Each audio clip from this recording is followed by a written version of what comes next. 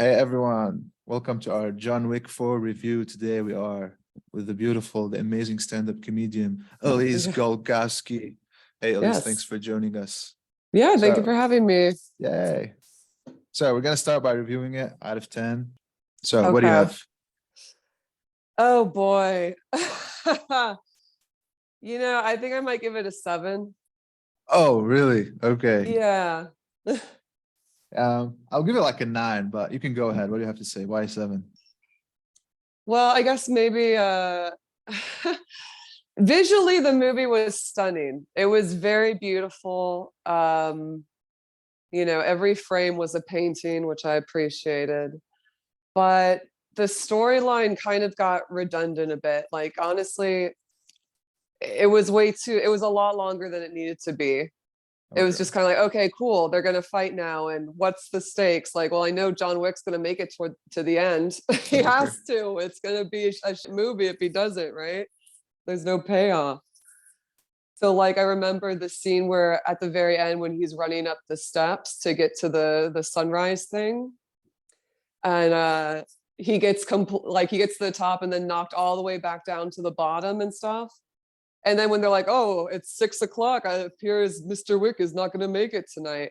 I honestly, for a brief second, I was like, oh shit, this is a twist I never saw coming. Like, are they going to go there? But no, then his buddy shows up and it's like, so what time is sunrise? 3 minutes. Then you got 3 minutes to get up those steps. Like, of course, of course. Why? Why would I think that there would be you know, something that he would lose or something like that, to But he did, another obstacle. I mean, he did die at the end. So who thought that? Who thought that was gonna happen? I kind of wanted him to die at the end. The Okay. man's been through too much. Just let him die. It just made me think of like the ending of Cowboy Bebop. Have you seen that? Okay, well, the ending, Spike dies at the end after completing what he came to do, which is basically get vengeance and wipe out the syndicate, the crime syndicate that he was a part of. And the last thing he does is he's walking down the steps and he's bleeding and he goes bang and collapses. And that kind of was, I mean, John didn't do something like that, but he did walk down the stairs and then die at the end. And that was a satisfying ending. We didn't need 20 seasons of Cowboy Bebop. I mean, they were trying to always be one step ahead with all the stunts, and so they kind of like put all the possible stunts in it. For example, I really loved the one where they had a shot from up. It was that was Yeah, really nice. that was beautiful. The one take shots where you're going over the rooms. Yeah. That And then was also there was the one where they were turning around in the center of Paris. That was really good with all the cars. That's not easy to do. yeah, that was cool. I was actually watching that scene, and that intersection in Paris is so dangerous that apparently if you do get a car accident there, it's just you're basically at fault along with the same person. You just pay for everything 50-50. Oh wow, that's an actual rule. That's the Oh rule. wow. That's why when I Okay. saw the drivers continuing at first, I was like, why is no one stopping? But I'm like, oh, they're probably used to that. So No, I mean, I would give it a 9 because from a screenwriting perspective, obviously acting was good, but there wasn't like too much acting that was needed because it was mostly fighting. But from a screenwriting Mhm. perspective, the writers were able to play with our expectations a lot because first of all, John Wick dies. That was a big non-expected thing. Secondly, the last scene of how he doesn't shoot at the end, that was a big plot twist, and I really liked it. It was really nice. Like I was like, wow, that was smart.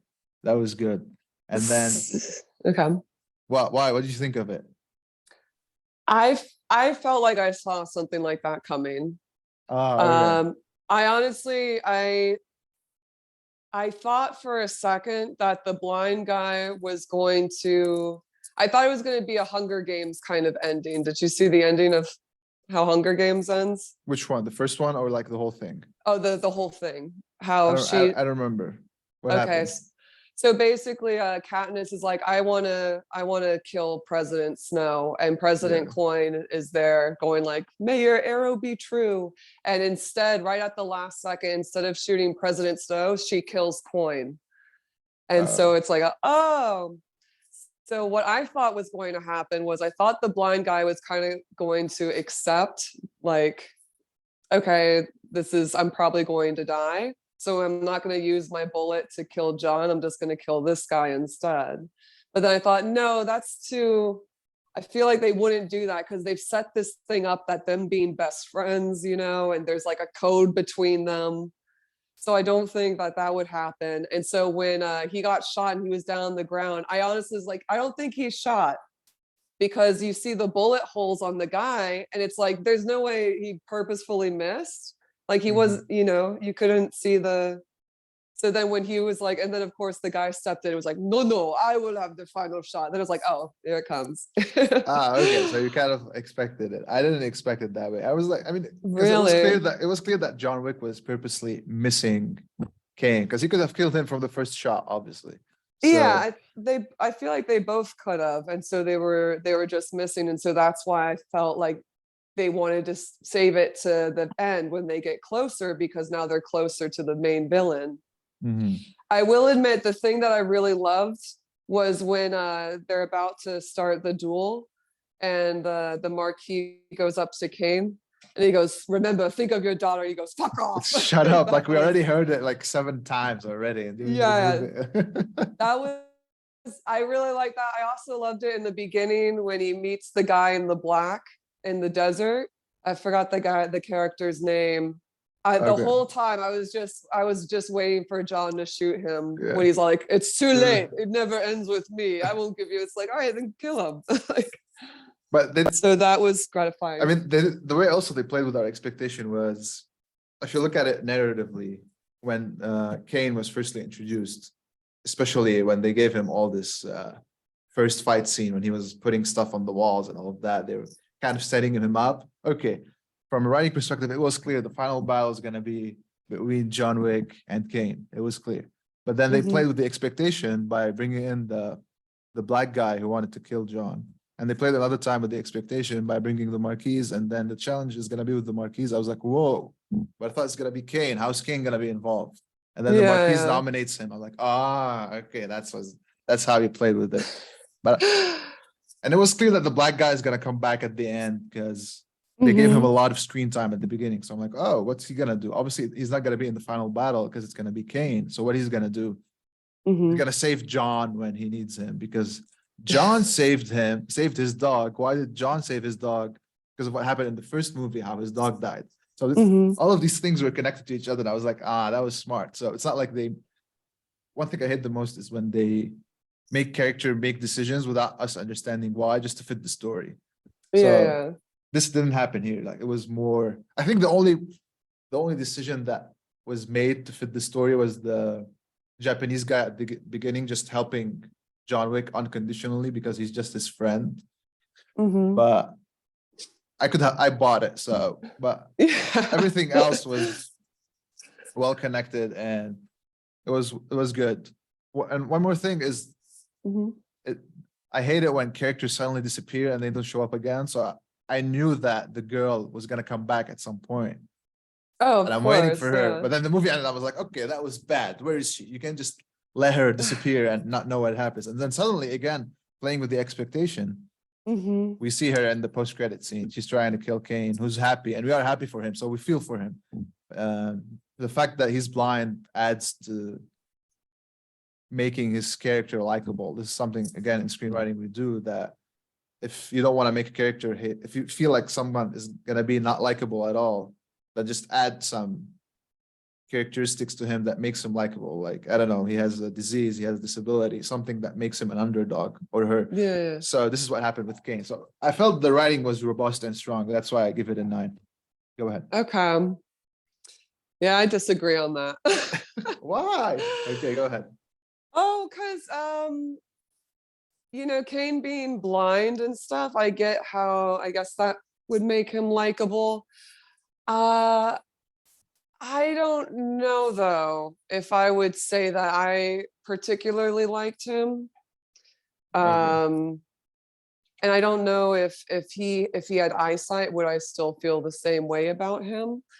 I did like that he was blind. It was interesting, but Yeah, it was just I didn't really feel for any of these characters, to be completely honest. And I think maybe it's because I'm coming at it from not a John Wick fan, Okay. but it just kind of again it was a little like redundant where it's like, okay, he needs to kill this person, no he needs to kill this person, oh now there's a bigger person he needs to kill.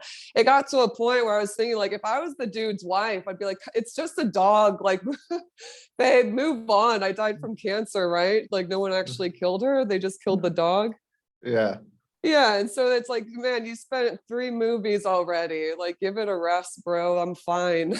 I don't know. It just seemed like at that point, it's like, okay, we get it. Are you? And that's why I kind of when the Marquis brought up the line about, oh, John's a killer. John's a killer. That's what he does. It's like, oh yeah. So is he really doing this for his wife at this point, or is that just his excuse to justify it? I agree. That was a small loophole in the movie. I feel that they waited too long to show his attachment to his wife. I think they only added it at the end when Lawrence Fishburne's character and was in the small boat and they were talking. That's the only part that's probably the first time we hear Yeah, that and then anything related to his family side. So I agree. They waited a long time for this. yeah, but I guess it's a franchise. What can you do? And then I also really didn't like that stupid the showdown where it's like, oh, I get to have a substitution. It just made me think of Game of Thrones, where they're like, I get to pick a champion, a trial by combat thing. Because the Marquis, he seemed like such a villain, and people were scared of him, but it just seemed so I wanted to see him in combat and be like, what, but he's just a money guy. That's all he is. Yeah. He's just agree. like a rich asshole, yeah. And yeah, and like I did like all the references to movies. Like I'm a big fan of the Warriors movie. And so, but that whole sequence, I felt like it was just a little unnecessary. Like we didn't need that. I mean, we got some really cool fight scenes with it, like the overhead shot that we talked about earlier. Yeah. But it was just kind of like, all right, I've watched so many cool fight scenes through this point. Like I'm ready to go home. It's like eating like cheesecake, just like not just one piece of cheesecake. You have to eat the whole thing in one sitting. Then it's kind of like, all right, like I'm gonna throw up now. I'd like to stop. I mean, for this movie specifically, I feel you need to have food with you to be able to survive it. Because I did have popcorn and drink, but I was done by like half of it. Yeah. And towards the end, I was like, okay, I need food to be able to keep up with this because it's getting too long.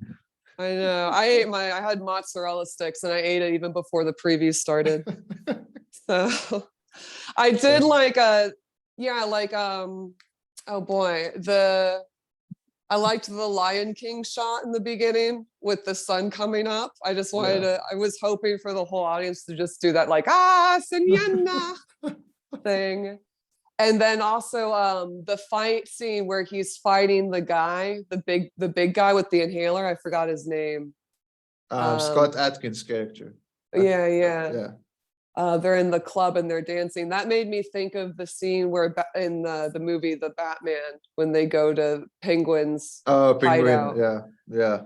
And I love that they're having a full-on fight and people are just still dancing around them. They're like, whoa, I'm sorry, it's just I'm on Molly right now and this song's just so good. I gotta keep going. It's typical Germans. That's a Berlin thing, yeah. Yeah. I agree. But I am glad though, like I'm glad that he took the tooth, because as soon as when she asked, like, bring evidence. And as soon as he smiled, I was like, he's gonna take his grill. But then like the one time I was like, oh, maybe he's gonna take the inhaler, when at the end he like pulls it out one final time and John like stares at it. So I thought maybe he'd take the inhaler instead, but I'm glad that my first instinct was right. He took the tooth. Okay, let's talk about the inhaler a little bit. Where was it relevant to the story? Because I thought like the inhaler was like a preparation for us to know that he's gonna die because of something related to his medical condition. But in the end, that's not what happened. So I felt like it was unnecessary. Yeah. I don't What do you know. think? Maybe it's a way to make the character likable, to give him a disability. And they already had a blind guy, so they're like, all right, this guy has asthma. Oh my God. Yeah. Yeah, maybe it's not it. Because honestly, that was hilarious to me. Like, it made me. Sorry, I keep referencing other movies. Like Do it. the beginning of Inglorious Bastards, where you have Christopher Waltz come in, and he's terrifying. But then he goes, "Do you mind if I smoke my pipe?" And he pulls out that big ridiculous thing, Mhm. where it was like a lighthearted thing. Like it was a good release of tension because already that scene was getting pretty heavy. And so when Yeah. that happened, it was funny because it was ridiculous, but still true to the character. So it didn't seem out of place. And so Okay. that's why, yeah, So so I, it's a way. That's a good point. I need to write that down. Is from a writing perspective, that's a good way to give the viewer a small beat to relax because it's a very high intensity yeah. scene. So you can smooth it a little bit and then keep the tension going up. That's a very good point. I agree. hmm Yeah. yeah. Um, Also, I thought it was, it was just so, I mean, this whole movie was over the top, but with that poker scene where literally like everybody has the best possible hand ever. And then he has 5 2s. I was like, what what, come on. Yeah. Um, So how did the blind guy know what he had? he could feel the ink, Okay, okay. which I think Mythbusters disproved that, but Uh, but whatever. okay, interesting. It That's was, what, yeah, that's what some people say. I mean, now that you mentioned that scene, you're right. It's like, okay, so in Glorious Bastards, there's two main big tension scenes. The first scene and the scene in the bar where they catch Oh, them. yeah, the Mexican So, standoff. yeah. So in relation to these two scenes, I mean, these are the best scenes of the movie. So, as long scenes, high intensity, you're waiting to see what happens.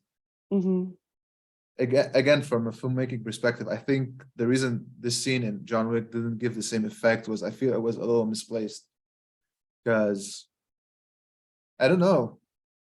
It didn't give me the same feeling as the other two from Inglorious Bastards. But you're Yeah. right, like it's literally the same concept. It's like high intensity. You don't know what's gonna happen. Very long hmm scene.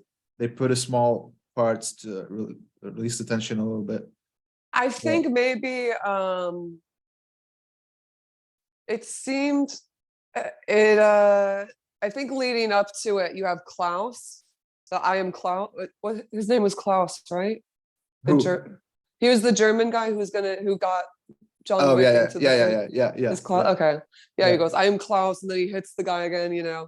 So already he's funny, and then when he's leaving, he just goes, I am Klaus, and leaves. yeah. Um, and then I think because that part I was a little confused going into it. And I think maybe it's just I love Keanu Reeves, but I don't think he's the greatest actor. So like I don't know, every scene that he's in as John Wick, he just looks confused, like so then like I didn't understand when he's like, oh, you've been sold out by your family sold you out. I was like, wait, is he? And then it cuts to him looking confused. So I was like, wait, is he confused? Does he know this is going to happen? Is this part of the Okay. plan?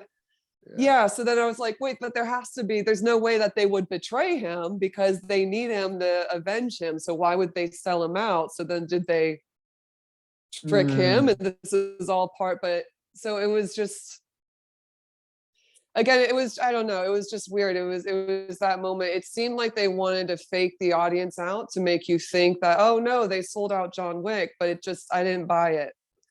Yeah. okay. Yeah. No, you're right. That's right. I was literally confused too because I didn't know Mhm. what was happening. So maybe instead of focusing on the tension, I was focusing on wait, what's actually happening? Yeah, You have the first part is what you just mentioned. Did they sell him? Did they sell him? Yes or no? And then the second part is when Kane suddenly pops up hmm and he wants to kill John Wick, but the other guy prevents him from doing it because no, I want to kill him. And then it suddenly hmm switches into a stupid poker game, which made me even more lost. So, but I agree, the Yeah. concept of the poker game itself was really good, but I was just not understanding how it led to it. So maybe that's the whole issue. Yeah. It was a little confusing for the audience. Yeah, I agree. You're right. And also with the character of Mr. Nobody, I he also, I don't understand what his point was, except to just be the guy to bail John out when he needed it. Because it just seemed like he saved John so many times, and then he just wanted to make a deal with the guy to get money. But then I never understood why he needed all that money too. He wanted like 20 million, but then also 20 million in his 401k or whatever. Yeah. And then I was just like, okay, why? But I guess they'll explain it some other, maybe they explained it in 2 and 3, I don't know. Yeah, and then like, but then he decides to help him out because he saved his dog. I honestly thought at that point that John may have like would shoot the dog or something, but I'm like, no, they wouldn't make, because I it seemed like he was introduced, especially because he had that attachment to his dog, to be a foil. Okay, I can't hear you. Oh, can you hear me? Oh, now I can hear you. Yeah, yeah. Go ahead. Okay. Yeah, so I thought they were introducing him to be a foil to John with the dog concept. But yeah, so then and then at the end he shows up after saving John, but still making a deal with the Marquis.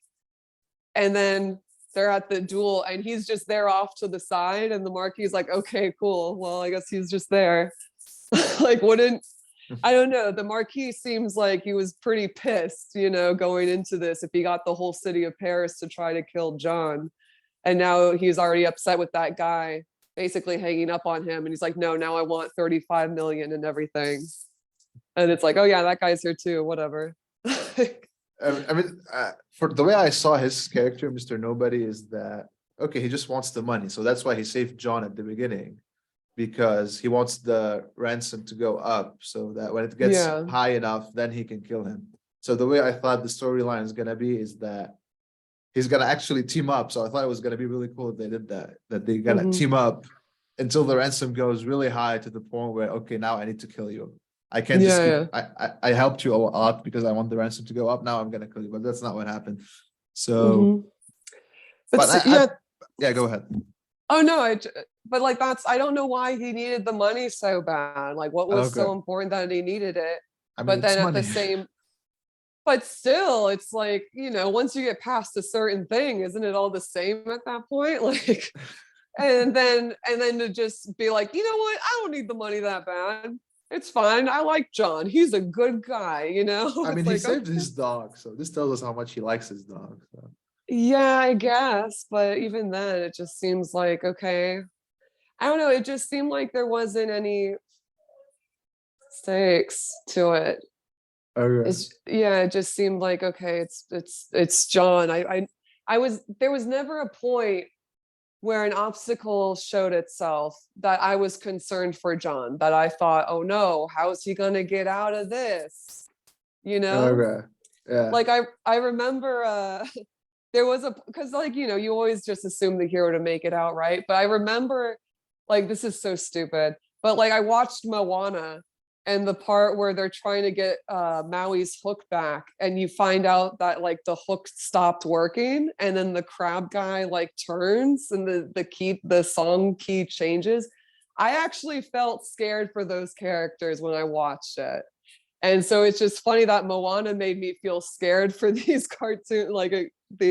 but when I see John getting his ass kicked, like, I'm like, it's fine. He's gonna bounce back. He's John Wick. Yeah, he's gonna bounce back. He's gonna climb back up those stairs after getting down. So okay, in relation to this scene specifically, when he said, oh, we have 2-3 minutes, I was like, there's no way they're gonna get to the other side in 3 minutes and with all these guys. But maybe I have a bad sense of time, but there was no way these were 3 minutes. I don't know. They're 3 movie minutes, Okay. But yeah, I don't know. I like that. That being said, like, again, it was shot very beautifully. I don't think I'd watch it again. Oh, I will put it on in the background at a party though for the visuals. It was beautiful. It was like a giant music video. Okay. Yeah. I have a question though. Why didn't Cain just kill him when he was at the stairs? That part I didn't understand. I think it's part of their code of honor, kind of like where in Kill Bill, Oren Ishii,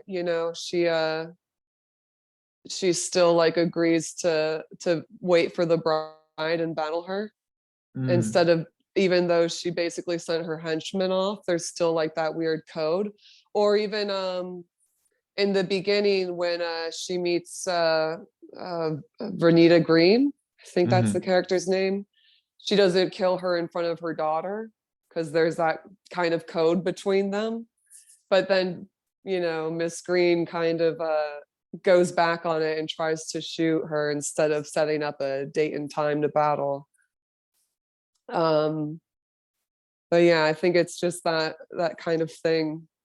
Also, I don't think were trying to kill each other. I think they already had their plan, as you see from the ending, where they're like, "Yeah, I'm gonna shoot you, but it's gonna be non-vital parts." So, that's interesting. and yeah, and if he was to kill John right then and there, the Marquis would still be wreaking havoc and holding his daughter's life, kind of dangling it. I also love that he was blind, but then he always had that photo of his daughter too. Like Oh yeah. you Yeah. can't see it.